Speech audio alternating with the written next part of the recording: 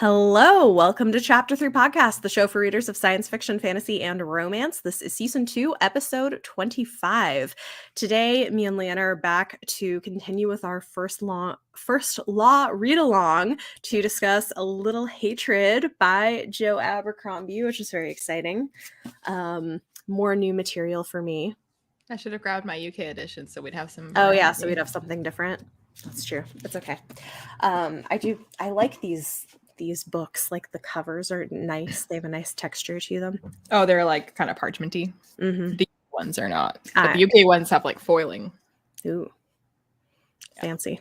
Yeah. It's interesting to me. This is not what we're here to talk about. I mean, it kind of is, but like usually to me, or what I've observed in particular with fantasy books, the UK versions will be like much more white. It'll be like white with like a splotch of color or something. And then the US versions are usually more jewel toned. And with Abercrombie books, it's the exact opposite. Like the US editions are white with a splotch of color. Yeah. And the UK editions are all jewel toned. That's really interesting. I wonder if it has to do with people's ideas about it being grimdark fantasy. Like different sensibilities. I mean, the US editions look more like a grimdark book, and the UK editions look more like they are directly referencing the history that he's inspired by. That's true. So, but yeah, it's just an interesting. Like, as I it feel like no, you're so right, many books, it's the other way around. Mm-hmm. That's true. Interesting. So this was great. I really liked it. So good. Did I overhype it? I don't think so, because I think you said it's like really good, but still not as good as the other stuff in the series, is basically as the later books in this trilogy. Well, I just said that A Little Hatred is amazing. Then Trouble with Peace is really incredible. And I was like, you can't beat that. And then Wisdom of Crowds did beat that. And I was like, what?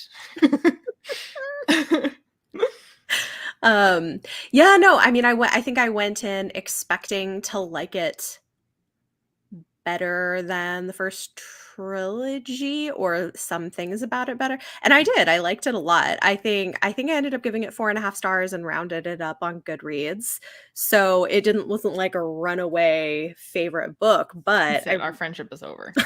I'm out of here. Sorry. But I did really like it a lot, and it was fun. I had a really good time mostly reading it. Yeah. I feel like from a technical perspective, like his writing has just gotten better and better and better. And so like from a technical perspective, comparing this to the Blade itself, this is much more technically like proficient and is a lot better executed. But I also I didn't know really how to put it into words, and I kind of like how he put it into words when he was talking about, because he was himself kind of like crapping on the original trilogy, which I was like, whoa. But he then he was like, but there's sort of like a fierce exuberance about your first trilogy. There's like this enthusiasm in it that like no matter how good your writing gets later, like it's more polished, but there's like you can't really capture that like first book spirit. And I was like, I know what you mean reading the first series. Like there is just something about it that like on every, like if you did it on a rubric and you're checking boxes, Age of Madness on every single chart like is better than the original trilogy. But there is something so like, it's my first book, guys. It's like you can't really like recapture that spirit. Yeah, no, I mean, I really liked the first trilogy a lot. I do agree with you. I think his writing clearly has improved and we've kind of seen it in the last books that we've been reading. I really just enjoyed a lot of the character perspectives. I like the fact, I mean, if you're reading an Abercrombie book and you're not enjoying the characters, then you're not enjoying the book. I mean, that's the whole thing. That is pretty, yes, that is accurate. And I would say that the great thing about this is that I enjoyed many more of the character perspectives than I think I did in the first trilogy. So there were some character perspectives in that I just love, and then others that I was like, whereas this, I feel like I'm more consistently enjoying the majority of the perspectives we're in, at least, and enjoying all of the main perspectives, at least. So that, I think, has been a positive thing. I'm liking that we're getting POVs from female characters who are really interesting, different people, and we'll get more I'm sure get more into that. And it's just funny, and it's fun to see. I think it's fun too, but these aren't really books that I feel like you need to be clear what you mean by fun when you talk about Abercrombie, because like these books are not fun the way that like Carry On, My Rainbow Rowell is fun. No. What I was gonna say is no, but I mean there is humor there that I found very funny. Yeah, like for sure. you know, it's often But it's darker, gallows but humor. it is gallows humor, but it is funny, and Yeah. sometimes even more so than other books, I think, by him. And what I was gonna say is fun about this is seeing characters from earlier books later on, seeing them Oh be yeah. parents. That part is also a lot of fun. I Or think also if you characters that are stuck not to it. parents, just also just being around. Yeah, that too. Yeah. Because like So I've said before, that like some of it is more integral to the plot, that like it's good to have read stuff before, but also there's a lot of stuff that's not integral to the plot that it's good to have mhm, read stuff before just because of the flavor that it adds. Because like you don't need to know who that character is in the background to right. get what's going on. You can absolutely read it and enjoy the book without knowing that. But it's just a little bit more fun if you do know who that person is in the background. So like why Yeah. not give Yeah. yourself the most fun version of this? Well, it is interesting, and I don't wanna get into too much detail until we get to our spoiler section, but you would have such a different experience reading this book, having not read anything else, starting here with some of the plot points Well, I was gonna than ask you, like, because I'm always, people say, "Where do I start?" And I'm like, technically, you can start here. I'm not gonna say you can't, but Mhm, ideally, you read the stuff that came before it. So I was gonna say, like, if someone came to you and was like, "You've read all of First Law," which you haven't yet, but you're very close. You've mhm. read all of First Law. Where should I start? Can I start with the newest thing? Do I have to read his older stuff? Like, if they were asking you, what would you say? I mean, I think it would really depend on the person. I think starting here would be an interesting thing. If you did start here, I would probably then go back after and read it, and I think it would just be a different order of learning information. I just think it's an interesting concept though because there's some really critical information that you don't have going into this book if you're reading it for the first time. Um, and so your experience with it would just be very different. Mm-hmm. And Which I I don't feel know. like I don't know if I've had the opportunity to talk to somebody that started here because I really would like to kind of know Yeah. how they experienced this book when they don't have Yes. the information that, Yes. and as someone that has read everything before, it does have. Well, and as I was reading it, ooh, okay, we're gonna have to talk more about this in spoilers because I have some thoughts.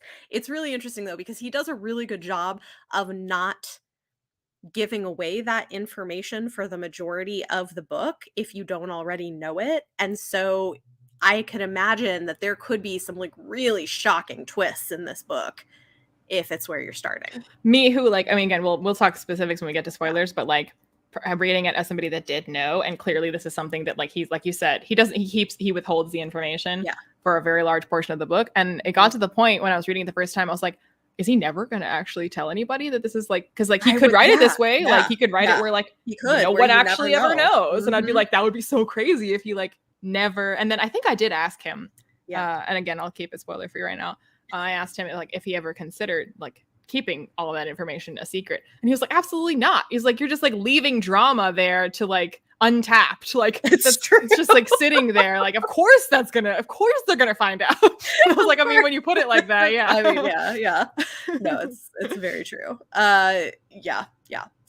Yeah, so no, I think you could start here. I just think that if you did start here, you should then go back and read it. I think it depends. I think if What you are also the would kind of change, it would just change your interaction with this book. It would change your interaction with the original trilogy because then now you have spoilers for the original trilogy as right, well. right. So then I think I did actually, I come to think of it, I did have somebody, maybe it wasn't like somebody that I talked to, but like just in the comments or something, Mhm, that was saying how it was kind of fun because they did start here to mhm. regard the books that came before it as like a prequel, the way that Yeah, like this is like how we got to that point. So like even though you already know some things that you wouldn't know if you did actually start at the beginning, yeah. that it didn't ruin it because it was like, oh, but like how on earth did we get there? Like, because it's not obvious in the beginning of the book how we'd end up in the point that I know we must end up at based on what I know from A Little Hatred. So like it can, I'm told, be Yeah. interesting to read it that way. I could see it being interesting. I think that especially for readers who uh who struggle with pacing in books and are less likely to want to continue or give an author a chance if they really didn't have a good time with their first outing, I would start here. Because I do think that the first book, your first time reading it, is a little bit of a rough start. It is a little slow. And I think especially for people who don't have a lot of patience with slower pacing that doesn't feel like it's going anywhere. Like, well, this is where, like, too, when I was saying how, like, on a technical level, like, he's obviously improved, and I think he's learned from past, I don't know that I would say mistakes, but, you know, like, he's learned from the past that, like, writing his original trilogy the way he did, where it was kind of like one book in 3 parts, was like leaving people going, where is this going? This is meandering. Right. And so even though it's still very character based, and even though it's not at all necessarily clear where this is all going to go, when you read A Little Hatred, it doesn't quite have that, like, where is this going feeling. So he's like, no, not to the same extent. Of, like, not leaving you like,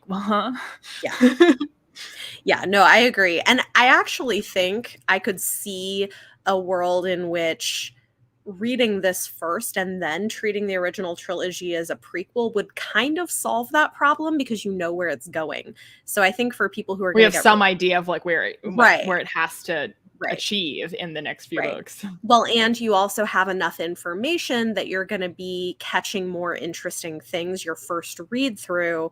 So I actually don't think this would be a bad place to start, especially for people who are more sensitive to some of those things. But it does, I feel like the experience of reading The Last Argument of Kings the first time, you just won't get that. And like, that is quite an experience. It is an experience. The first time. It's true. So I'm just like, ideally you read everything from the beginning in chronological. I can see how there would be a pretty good amount of enjoyment doing it the other way around, but I still think the superior experience is necessarily chronological order. But do you only think that because it's your experience? Because you know what I have facts to support this. Because you know what we are never going to experience? We are never going to experience reading A Little Hatred and being completely shocked and emotionally gutted by a revelation. I would beg to differ. I don't know what it's like to be shocked, but I do know what it's like to be emotionally gutted by that. Because even though it's not that I'm finding out this information, I'm emotionally gutted by these characters finding out this information. I mean, that's true, but it's different. It's a different, because you see it coming, you know? Anyway, okay. All right. I'm just saying. I just also don't think that information, because he knew that everyone who's reading, or a lot of people who are reading this book, do already know. So he didn't really design it as the bombshell that Last Argument of Kings is, where it was designed to be a bombshell. Here, it's like, it might be a bombshell to you if you really didn't read anything before it, but he's assuming it's also not a bombshell to a lot of people. You know, it's not like all designed around the fact that you're gonna have a bombshell. I mean, I guess for me, and maybe this is because I'm a romance reader. Oh, I shouldn't say that. Okay. Never mind. Anyway, I think for me, it would have been a bombshell. I'm dying to know what you were about to say. Oh my gosh. For me, it would have been a bombshell, I guess. So we'll talk more about it when we get to spoilers. Other things that are not spoilers before we're like talking around this whole thing. Oh my gosh. We haven't really talked at all, though, about like kind of like the vibe and tone and how this is very, very different from the original trilogy. Yeah, it is. I mean, which, like, it's another reason I say to read things in order, because people also want to read the trilogy and then skip the standalones and then just go here. And I'm like, if you skip the standalones, it will be like, it's fairly jarring how much the world has changed. Whereas if you read the standalones, you've seen the like technological progress of the world. So when you get to A Little Hatred, it's not like, what? It's like, we've seen this going on. Right. Yeah. I mean, Glockta now has a wheelchair. That's not really the technological progress that I was referring to, but also, it is also technological progress. No, but I mean, it is different. It is more industrialized, and it's, you know, the history behind it, which we could get into also, is really interesting. It feels a lot like the French Revolution. I'm sure there's other things as well and that are like inspiring the Industrial Revolution. And the Industrial Revolution. And it's touching on a lot of things in terms of, you know, situations for factory workers and workers' rights issues, and, you know, kind of the wealthy oppressing the poor and them finally rising up. And the way that like the mechanization, industrialization of various things made them more wide scale, a large scale, it does the same thing for Grimdark. Grimdark on a grand scale, because every atrocity you can think of, if you can mechanize that atrocity, now atrocity is also on a massive scale. Yep. Yeah. Yeah. And it is very reminiscent too of books that I read during kind of that time period that were talking about workers' rights and stuff, for instance. So yeah, it's interesting from It's even more apparent. I mean, it's somewhat apparent when you read any of his books, but it's even more apparent in these books how much of a student of history he is. Yeah, I agree. Like, it wears its influences on its sleeve a bit. Yes. Yeah, this one I think is a little bit more obvious probably for most readers. Even if you don't really know it, I feel like you'll probably kind of pick up on some of the vibes of that. Yeah. I mean, like the stuff that might go over people's heads is like if he's referencing like specific situations within those time periods, but everyone knows Madame la Guillotine, everyone knows like the Oliver Twist orphan in a factory type thing. Like these are images that are widely known. Yes. Yeah. I don't think that's hard to pick up on. And we have a lot of really great characters. I should go without saying in an Abercrombie book. Of course. Yeah. But I love Savine so much. She's fantastic. I knew you would. Oh my gosh. She's so my character. Yeah, no, I love Savine. I think she is wonderful. One thing that I actually also was thinking about that I appreciate about this book is we have two sort of main female POV characters. We have Savine and Rika. Is it Rika? Okay. And they are both these very strong, fierce women who are in some ways complete opposites. And I love that. I love the representation of strong women that can be more and less feminine, because I think sometimes we have traditionally gotten a lot of these representations of like, oh, if you're like a strong woman, it looks like a specific thing. And I think the contrast of the two of them is so interesting and compelling, and they're both such interesting people. A study in contrasts twofold, because what you just said about Savine and Rika is equally true of Leo and Orso, where they're both men who are sort of ineffectual, but in extremely different ways. Yeah, no, I mean, that is also really accurate. And, both clearly like strong women around them as well. So, yeah, no, it's interesting seeing the two of them, and even seeing the two of them interact, I thought was kind of cool in one scene. We see that quartet interact. We do. All of them with each other, which is a very, like, we're getting kind of into spoilers by saying that, but like, I feel like we talked about this when we talked about the Blade itself, that like how quickly he got us, despite all the, oh, it's meandering, where's it going? But nevertheless, in the Blade itself, this is book one. And when in book one, your perspectives are meeting, it already feels like, oh my God, our perspectives are meeting. Oh my God. Yeah. So the same thing in A Little Hatred, when our perspectives are meeting, we're already like, oh my God, they're meeting. Oh, crazy. It's true. Oh man, it's true. No, it's really good, and they're all just such interesting characters, and their interactions with each other are so interesting. But I love Savine, and she is exactly what the child of Artie and Glocta would be. I think I said before you read it, I was like, Savine is, if you were like, what would Glocta and Artie's kid be like? Savine. Savine. Yeah, 100%. And that is just so much fun to read. I think she is one of my favorite kinds of characters, as this like completely, ruthless, but also super feminine woman. She's so interesting, and I really like her a lot. So it was fun to read her. Yeah, I love Savine. I mean, my personal favorite is Orso, but I mean, it's an Abercrombie book, so all of the characters are well written and really fun to read about. Yeah.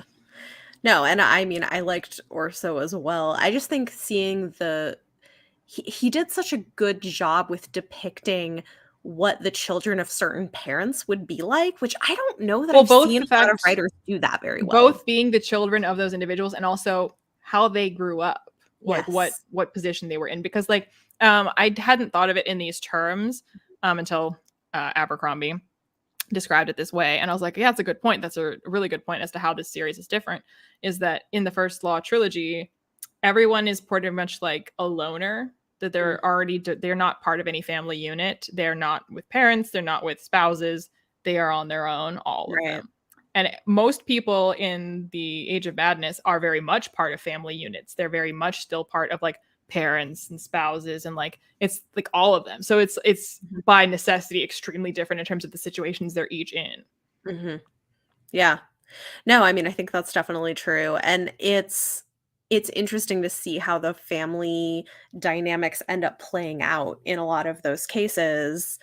But again, like I was saying, I don't know that I can think of a whole lot of authors, especially in fantasy, who do something like this where we see parents and we see their children and we see like, oh, yes, it completely makes sense that that's who they would be given who raised them and what we already know. I just feel like that takes so much talent to be able to do that so well. Most of what I mean, that's like a lot of Abercrombie books. Like he makes it look easy, but so much of what he does is actually like really difficult to do, which is why most Yeah. books aren't as good. Yeah. But he also dang it, I forgot. It was something to do with that, about how what they would be like. Oh, the fact that the inclination for less good authors would be to lean on fan favorite old characters. And Right. while he has them in there, and that's fun, they Mhm. never overshadow the main characters. Like they're in No. there when they need to be, and it's fun to see them. Mhm. And it's not like they're totally gone, but he's Yep. not like leaning on that. Like you're not reading this book to see Galacta. Like maybe you No. picked it up because you wanted to see more Galacta, but you're Mhm. not here for him. He's there because he would. Mhm. Wouldn't make sense for him not to be there. But it's Right. not his book, and so he's not like. There's so many like I think movies and TV shows do this more maybe, but I think books do it too. Where like it's technically a new series, it's technically a new generation, it's technically a new crew or whatever it's going to be, and Mhm. then they just like have these hangers on from before, and like all the good lines are given to the old characters, all the screen time is given to the old characters, and you're like, can we let the new characters breathe and like get their own chance to become your favorite? And he's really good at like Mhm. passing the torch to the new cast. Yeah. No, I would definitely agree with that because it is fun to see them, but they are in the background on the side and not They don't not taking overstay it. their welcome. Right. Yeah. There's a lot It's of knockout stuff. it's really good, and there's a lot of really interesting new characters to fall in love Well, with. and also, for being a more industrial world, and you would think a therefore less magical one, this is a more magical series because one of our Yeah. POV characters is a magic user. So it Yeah. actually has more on page magic than the others. Yeah, which is pretty interesting, and it's interesting too that she, I mean, I would imagine has epilepsy is kinda what it seems like, but has, like, visions when she has, they call them fits in the book, but, um, convulsions and stuff, so it's yeah, that's kind of interesting turning that into a more magical thing. Yeah, and I think it's I don't think he's suggesting this in the book per se, but I mean, like back in the day, also people thought all kinds of like spiritual shenanigans were going on. Like if you Mhm. sneeze, soul left your body. Like if you're having an epileptic fit, a demon is possessing you. Like people have Right. often associated with like various conditions and bodily functions with otherworldly things going on. Mhm. So it's not much of a leap for like some hill woman who keeps talking about the moon to be like, when you have a fit, that's because you're seeing the future. And you're like, Right. is it though?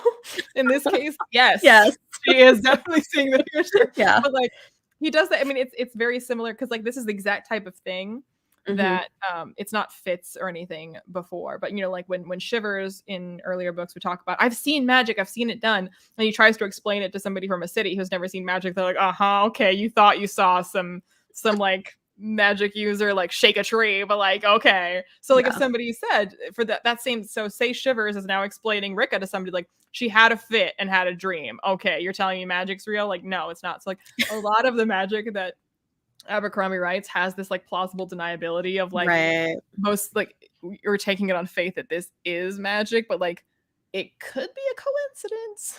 It could just be like schizophrenia and epilepsy Yeah. that you're assigning like mystical stuff to. Right. No, it's yeah, it's interesting.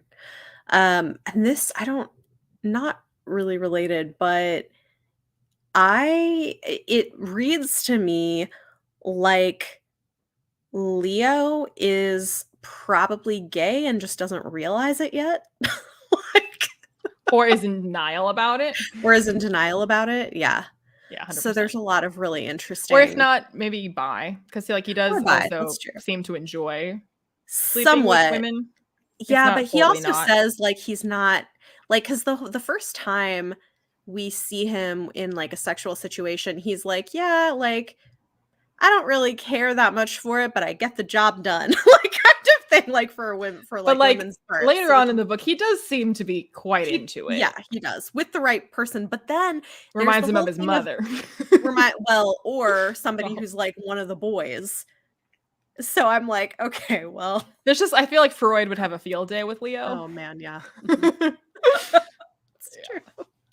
Yeah, so that's kind of interesting subtext that's not, a main part of the plot, but just interesting. Yeah. Mhm. But yeah, there's so many good character beats. And again, like we'll get into specifics, or maybe we won't, but like it's just another example of he's written a whole bunch of characters that say and do and think pretty not so great things, but like he's not written in a way where you're like, does Abercrombie think this? But he Yeah. also doesn't have those characters constantly. He doesn't You don't have to have another character be like, you can't say that. That is anti whatever. Like you don't have to write that into the scene for it to be Yeah. clear to the audience that you mean us to read this character as being awful right now. Yeah. Like you don't have to go out of your way to like actively point it out, but you can still make it clear that my character is being awful. And I agree. I, the author, have written them to be awful here. Yeah. Yeah. Do we want to get into spoilers, or do you have anything else you wanted to talk about before that? Just for anybody that reviewed this and said that this is basically YA, no. YA? Because it has a bunch of female characters in it now. So What? YA. Also, I see what you were saying. They're all about teenagers and they're all women. And I was like, one of them is a teenager and only two of them are, or I guess three of them are women. Oh my gosh. Also, I'm guessing this is the book that people were, up in arms about him depicting someone having their period. Yes. Right? It's done well. It's done exactly the way he does male perspectives. Like, It's whatever great. thing is happening with you, you're experiencing it. Like, And it would be weird if he didn't talk about that when he wrote her perspective. Well, and I mean, I think it's so interesting, especially from her perspective, because you see kind of the internal side of it. And it is 100%, a thing women deal with and have to just like suck it up. When I appreciated it being in there, honestly. I'm like, good for you. And I feel like she was the perfect character to show that with too, because like Rika would be like, whatever. Yeah. But Savine is like, we lace up our corset and we grin and bear it, and we don't tell anybody that we are in agony. Exactly. Yeah. No, it was perfect. Yep. Spoilers? Spoilers. Okay. So the big thing with this book, right, is this like incestuous relationship. The big thing. There are many big things in Okay. this book. For me, the big thing of this book though was this like incestuous relationship where they were not aware of it. And god damn it, Abercrombie, you made me ship incest. I know. Well done, I guess. It was so sad. Well, and you know what? This is the thing too, is I usually hate incest plots, but this was done so well. I was like, it's only an incest plot insofar as like, yeah, they don't know it, but they are. It's not like they know. Yeah. No, they don't know. They're like half siblings. They have no idea. And they as weren't soon raised as together, they don't. Right. No. So yeah, it's biologically. And as soon as she finds out, she's like, oh my God, no. So I think the first thing that she says is, I've been sucking my brother's cock. Yeah, exactly. She's like, I think I'm gonna be sick. Yeah. So I mean, it's kind of tragic though too, because I'm like, oh man, they were like, so good for each other. For the first time, Abercrombie wrote like soulmates. You Yeah. read that and you're like, this is true love They should be together. This is like other times when we talked about Giselle and Artie, you're like, okay, I guess it's sad, but they would have killed each other. That would not have been a good relationship. Yeah. And then Artie and Glocta, well, that's not exactly passionate, you know, but like they work well together. And then Orso and Savine are like, this is perfect. They work well together. They love each other. Like they have hot sex. Like this is, of course they can't be. Of course they're fucking brother and sister. Of course they're brother and sister. That's why you let them be a perfect couple, because you knew they couldn't be. Oh man, it's so rough. It's so rough. That's what I was going to say earlier is, because I'm a romance reader, especially, I think if I was reading this and was starting here, I mean, listen, I probably would have like thrown the book across the room. I was gonna say too that like you reading this, you would be an idiot for assuming that this relationship would go well, even if you didn't know that, because you know Abercrombie can never let anything go well. Then I was like, but if you're starting here, you don't know that yet. You don't know that yet, which is why you shouldn't start here. I mean, emotionally, it would be devastating. I would be so mad. It's devastating. I mean, that's why I was like, is he just like gonna not like the reader's just gonna like, okay, it's like an Easter egg if you've read the books before that they are actually brother and sister, but they have no idea. They will never have any idea. And I was like, maybe they won't find out. And that's when he was like, of course they're gonna find out. Of course they're gonna find out. Why would I not have them find that out? That's drama. Oh man, it's so sad. And like, but you know, but it's like, if because you've read the other books the whole time, you're like, oh no, but then they're like, and you've made your peace with it by then. You're like, well, I've accepted that you're brother and sister. Why can't you just accept that you're brother and sister? I'm over it and I'm fine with it.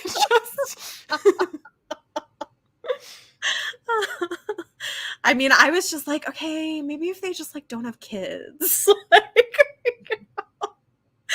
But I mean, royalty is so incestuous anyway that I'm like, I mean, whatever. That's true. They're only half siblings anyway. Accurate. That is definitely accurate. But yeah, that was wow. That was wow. That was wow. That was wow. It's, you know, brutal, like because Arso still doesn't know, so he's like, why would I think the perfect woman in the world would want me? And you're like, she did want you. She did. I feel so bad for him too, because I'm like, oh, what? She did. It's just, you're her brother. It's just that. I was this was my fourth time reading it, and when I was talking about it in my Discord, I was like, oh, I'm about to finish my fourth read of A Little Hatred. I wonder if it'll end differently this time. And one of my patrons was like, yeah, maybe this time, I forget what he said, something about it would be different. And then I, under spoiler tags, like, maybe Artie will keep her mouth shut this time. It's like, yeah, right. Oh man, yeah. I'm trying to think like other major. I feel like that was like the big thing for me, that I was very invested in what was going to happen. Yeah, but I mean, he's setting up a lot. Yeah. The North is always a problem. Always. Sour Nightfall is a piece of shit. Like, even for an Abercrombie book. Mm-hmm. And I also, like, it's so perfect that he is such an awful human. Mm-hmm. And then to have Clover and Wonderful as, like, the peanut gallery. Every time Stour is doing something ridiculously awful or saying something ridiculously awful, to have Clover and Wonderful be like, he wants to do blah, blah, blah. Yep, I heard that too. And this is the guy we want in charge of the North?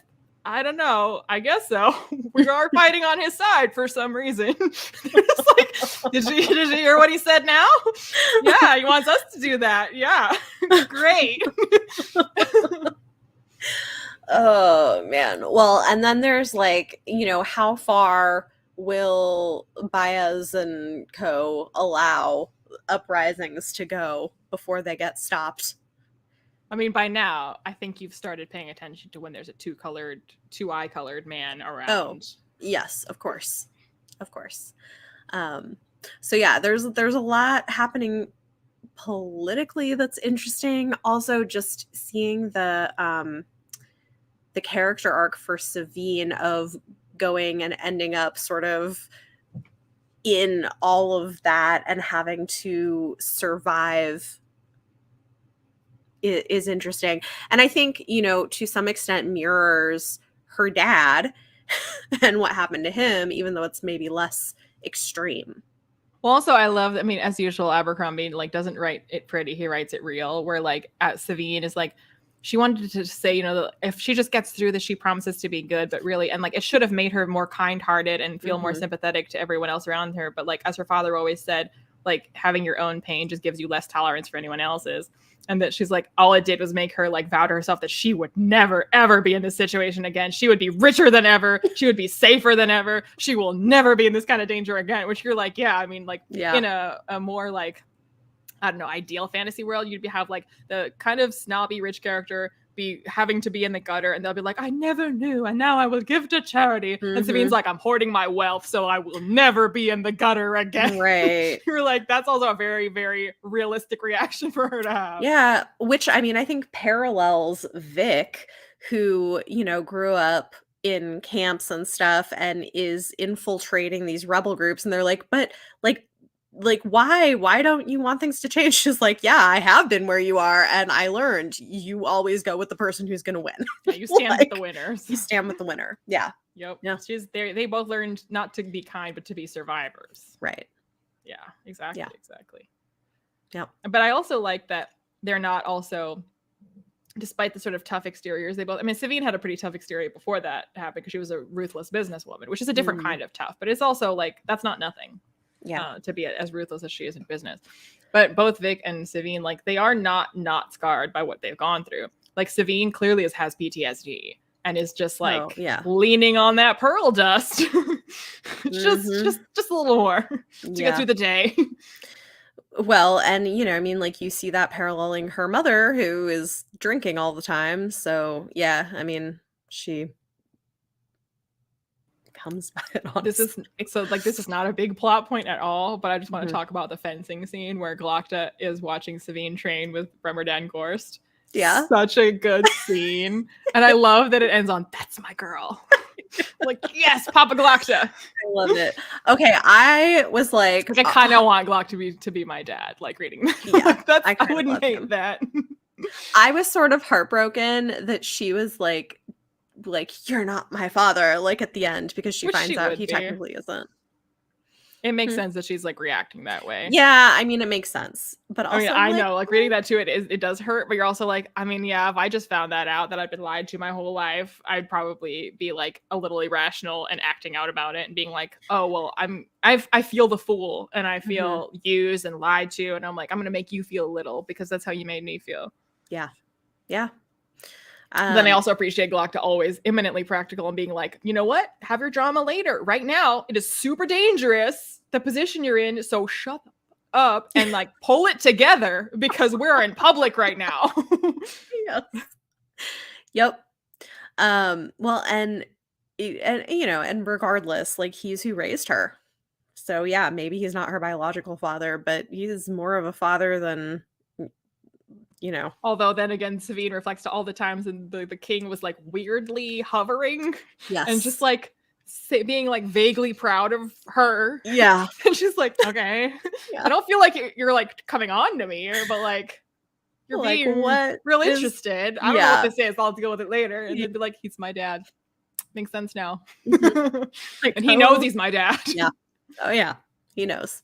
Yeah. Which, speaking of which, at the end, he's now dead, which I was like, wait, what? Really? I did not Ricka see that thought coming. The vision was about the dog man, but it was a different chieftain. The chieftain of the whole of the Union. Yeah, which I was surprised by. I really didn't see that death coming.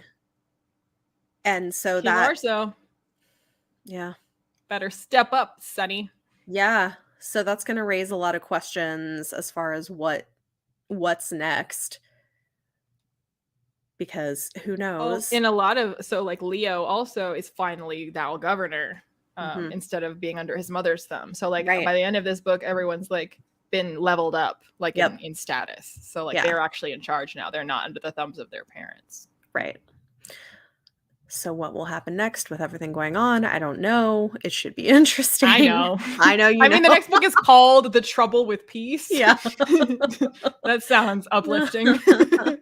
Well, I mean, we have Leo, who kind of stupidly didn't kill his enemy when he had the chance. So that's probably going to come back to bite him in the butt. Which again, all the scenes when he's like so proud of himself and then someone is like putting him down. He's like, but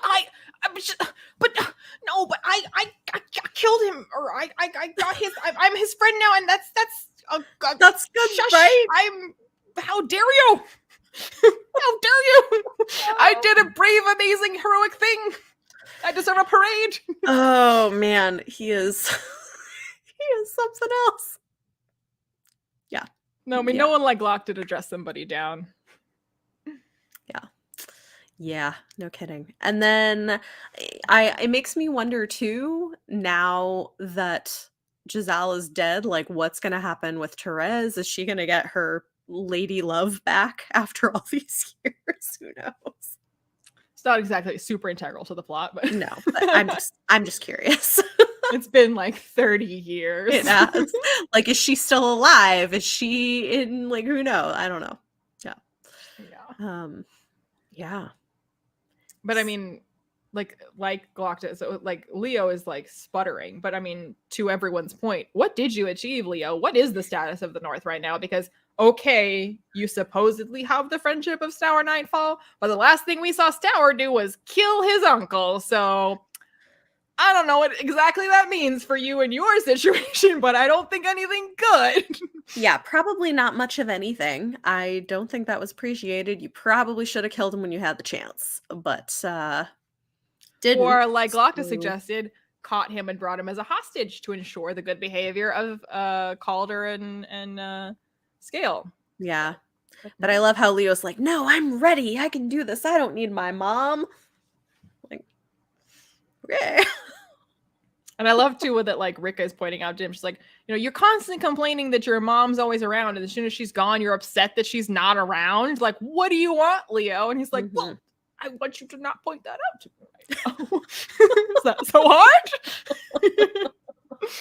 I feel like Rika has some of the best lines in the book. Like she has some great like one-liners. She's so funny.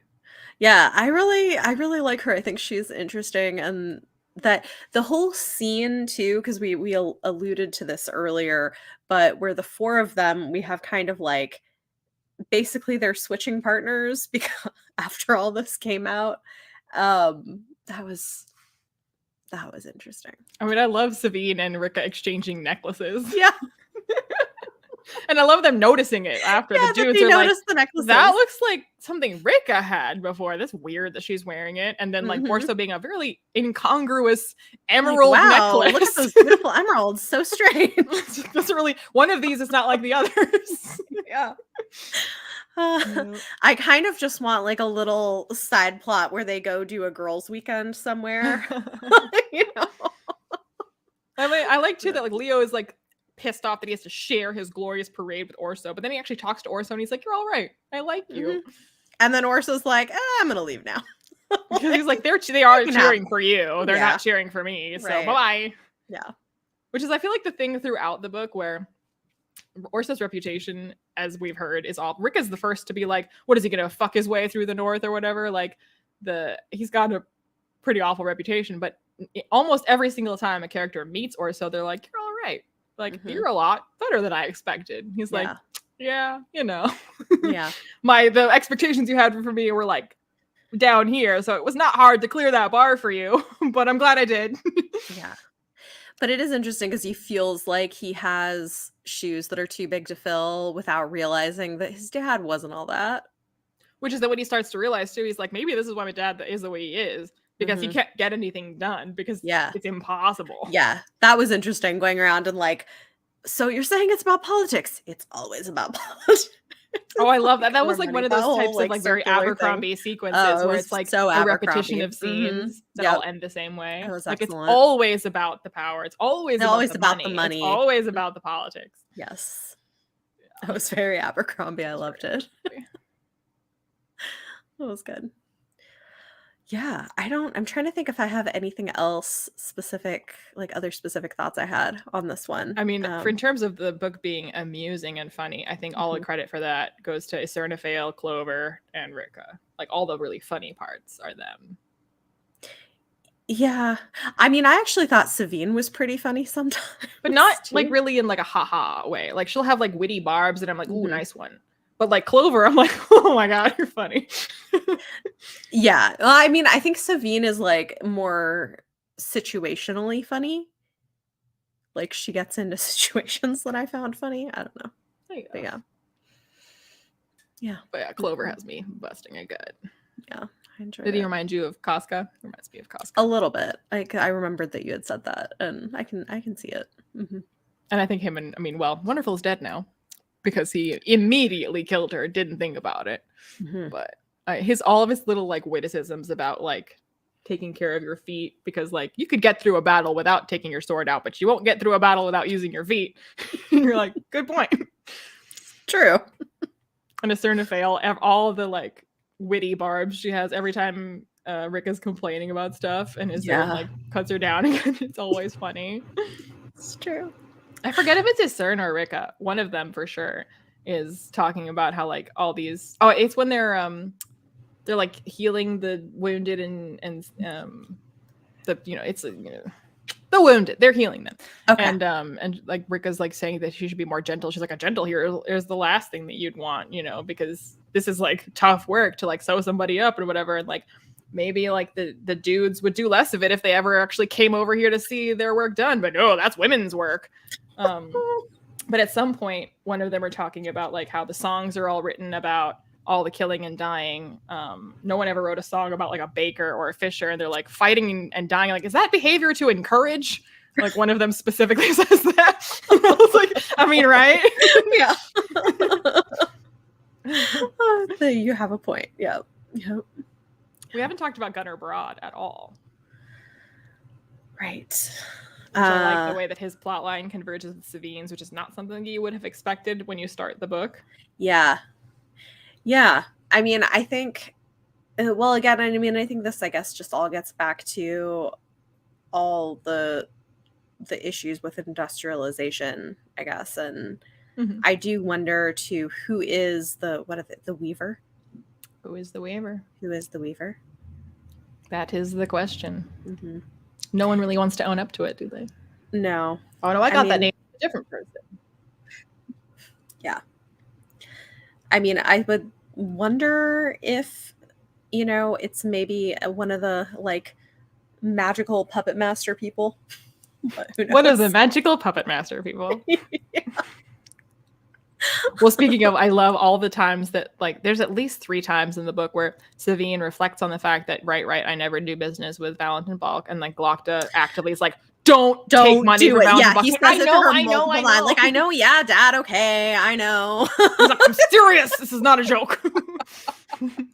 Well, and isn't there a thing, too, where I want to say Orso goes to talk to...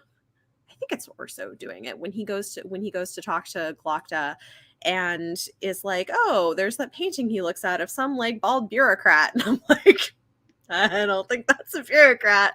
Well, I think he thinks to himself that like when he meets Bayaz, he's like, he doesn't look anything like his statue out on the... Yeah.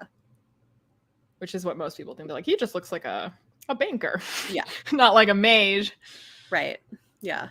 No, but it's interesting that it seems like Glokta has a portrait of him in his office to remind him. The real boss. Yeah. But I do like in this book how, like, Giselle seems very kingly. Like, when you're like, yeah, like, this fits totally. You're like, that he's quite majestic, and you're like, he'd probably be like an inoffensive and ineffectual, but vaguely nice king. Yep. And the fact that his mustaches are now more... gold tinted silver than silver tinted gold. Yeah, it was genuine. It was very sad to see him go because you're like, oh, Giselle. Yeah, where's my asshole. I know. And like Therese is such a awful mom too to Orso. Yeah, and the way Orso snaps back at her, you can see why Orso is the way he is when his mom is like nothing's ever good enough for her. Yeah. And like when he says something about like her, he didn't think that she could possibly be proud of him. And she's like, well, if you finally did something for me to be proud of. And I think Giselle also says something to me like, I think, your mother was even smiling, which, and he says smiling. He says too something about like, I try never to disagree with her. Like, yeah. Oh man. Yep. Also Shivers. I just love seeing Shivers. Yeah.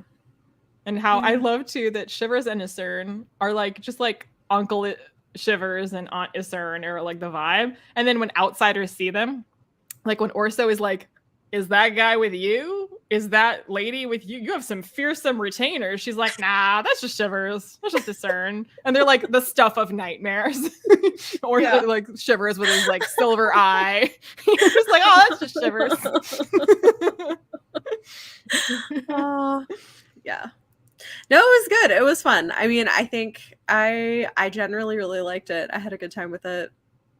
Now, do you have any theories? Because like that was the first thing that I was theorizing. She has a very clear vision in the beginning of the book about the animals eating each other. Yeah, which is confusing. Like, who's the owl? I don't know. It was. I was like, what? What? I don't know. I didn't spend a lot of time thinking very hard about it, to be honest, because I was like, you know.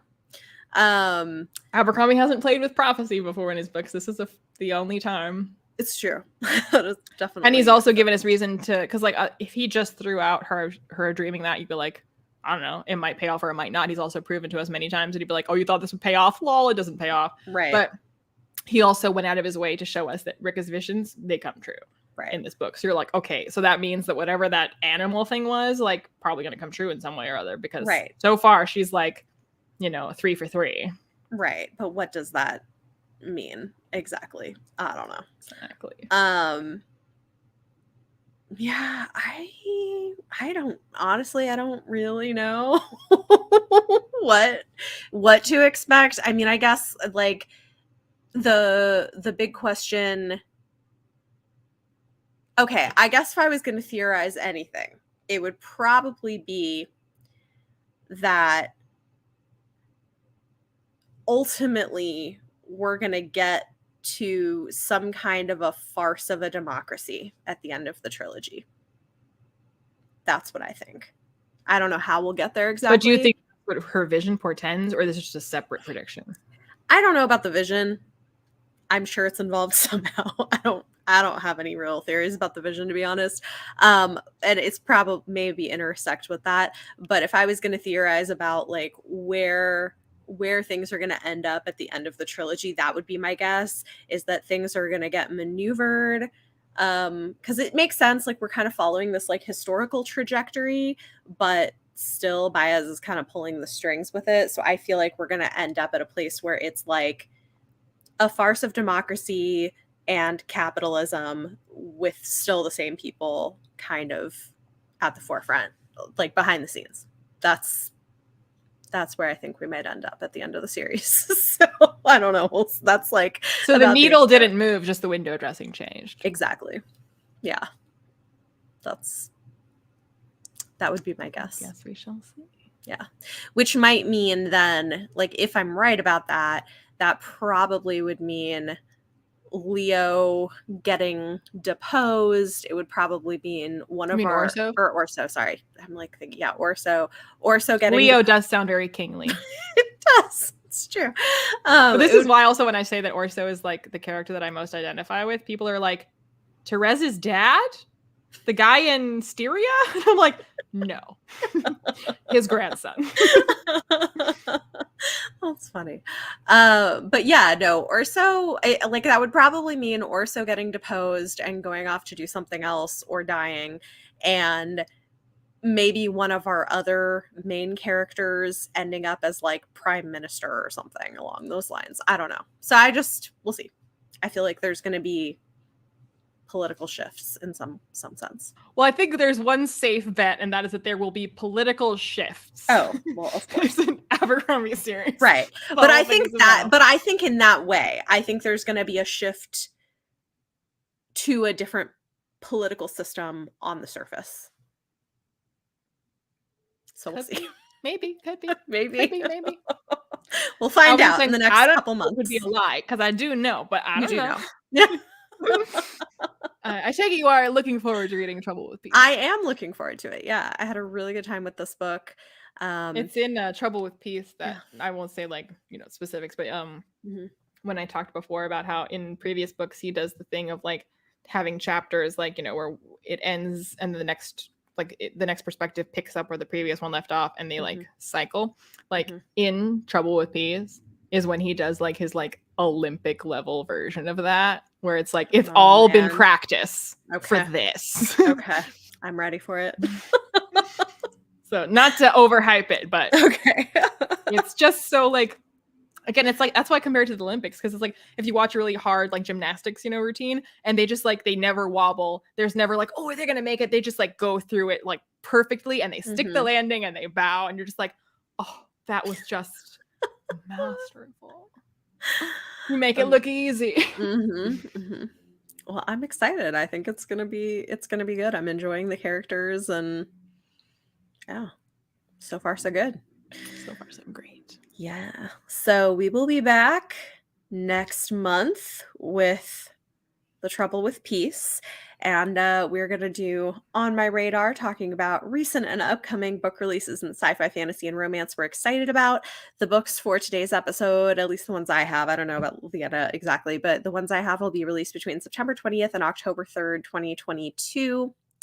Or thereabouts. October 4th. Beautiful. Just Love it. barely missed the cutoff there. That's great. If you enjoy the podcast, we would appreciate if you take a moment to rate and review us so we can continue to reach more listeners. And also subscribe to us on YouTube. One thing is that about 50% of our watch time is from people who are not subscribed to our channel. So if you like the content we're creating, consider subscribing. It does help us get a little bit closer to being able to maybe actually monetize and get advertising revenue, which would be great. But so far, it's been fun. If you're interested in getting early access to episodes as well as exclusive bonus content with every episode, you can also consider supporting us on Patreon. All of those links are in the show notes or in the video description if you're watching us on YouTube. Huge thanks to all of our supporting patrons. You make what we're doing possible. And let's go ahead and talk. I know Leanna actually has a book, which is very exciting. I have 5 of them. There's a lot of books coming out right now. So I'll do my September 20th one, and then you can do your later one. So September 20th is a romance. We're getting A Merry Little Meet Cute by Julie Murphy and Sierra Simone. The premise of this sounds really entertaining. A plus-size adult film star accidentally gets cast as the lead role in a family-friendly, like Hallmark-style Christmas movie. And also ends up co-starring with her teen boy band crush. So it's a romance, and I think it's going to be fun. I haven't read it yet, but if you're looking for a holiday romance, that will be out September 20th. Or not for Leanna, but that's okay. Leanna, what do you have for us? If you're looking, and if you're looking, I am not. If you're not, then it's fine. I have Dowry of Blood. Now appropriate. We're talking. It was a self-pub book, but it is being released like traditionally on October 4th. Don't ask me who's publishing it, because I don't know. I think Orbit. There you go. I knew someone would know. Yeah. But it is the story of the Bride of Dracula as told by the Bride of Dracula. And it promises to be lyrical. Blood and lyrical. That sounds like my jam. Yeah, and I think surprisingly romantic from what I hear as well. I'm here for the lyricism and the blood. I will put up with the romance. Okay, fair enough. Yeah, no, I'm interested in that one too. I think I'm supposed to be getting a copy, so it'll be fun. I've got 4 coming out September 27th. Witchful Thinking by Celestine Martin is another romance. This is like a small town witchy romance with 2 Black leads. It looks cute. I don't know much more than that. Then what I'm reading right now, House of Hunger by Alexis Henderson. I am so far really into it. It is a horror novel with kind of vampires, and I think is intended to be sort of a take on the Countess of Bathory, the one who sort of like killed virgins for their blood. I'm aware of who that is. Mm-hmm. This is the part of this that I know about. Yeah. Yeah. So far it's really interesting, but it's like a fantasy take where there are blood maids, women who like are paid to give their blood for consumption to the wealthy because it supposedly like makes them young and heals them magically and stuff like that. So it's interesting. Yeah, the science totally checks out on that. 100%. It's okay. And then we've got Leech by Hiram Ennis, which looks interesting. It's a gothic sci-fi, which like they're saying like Wuthering Heights meets Frankenstein. Okay, when you said sci-fi, I was like on a spaceship. No, like more Victorian like spaceship. It's not space. More like you know, Frankenstein type sci-fi, but not, I want to say there's something with like a virus or something. I don't know exactly, but it looks interesting. It's got a great cover. It looks very creepy. And then my last one is The Genesis of Misery by Neon Yang. This one is a uh it what are Joan of Arc in space, but queer. Didn't someone already do Joan of Arc in space? I have no idea. Maybe I'm mixing it up with something else. I know somebody did like King Arthur in space. Yeah, I know that too. Yeah. Anyway, I've liked Neon Yang's work in the past, so I think it should be interesting. So those are the books. If you're interested, again, links in the show notes or video description. And yeah, I will be back next episode in 2 weeks with Izzy, and we will be talking Vampire Academy. I I have Peacock now, so I could watch that. If you want to join us, it's going to be fun. We're going to talk about the first 4 episodes, and I I'm also not reading read it. That's fine. You would hate it. I read it and it did not hold up well. Anyway, we're going to be talking about it. It should be interesting. Maybe Leanna will join us in 2 weeks. Again, this has been Chapter 3 Podcast. We're your hosts, Bethany and Leanna. You can follow us on Twitter, Instagram, and TikTok at Chapter 3 Podcast, and on our individual YouTube channels, all of which are linked below. The next episode will be available in 2 weeks, and this episode's bonus content will be available to patrons in the next few days. Thanks for listening.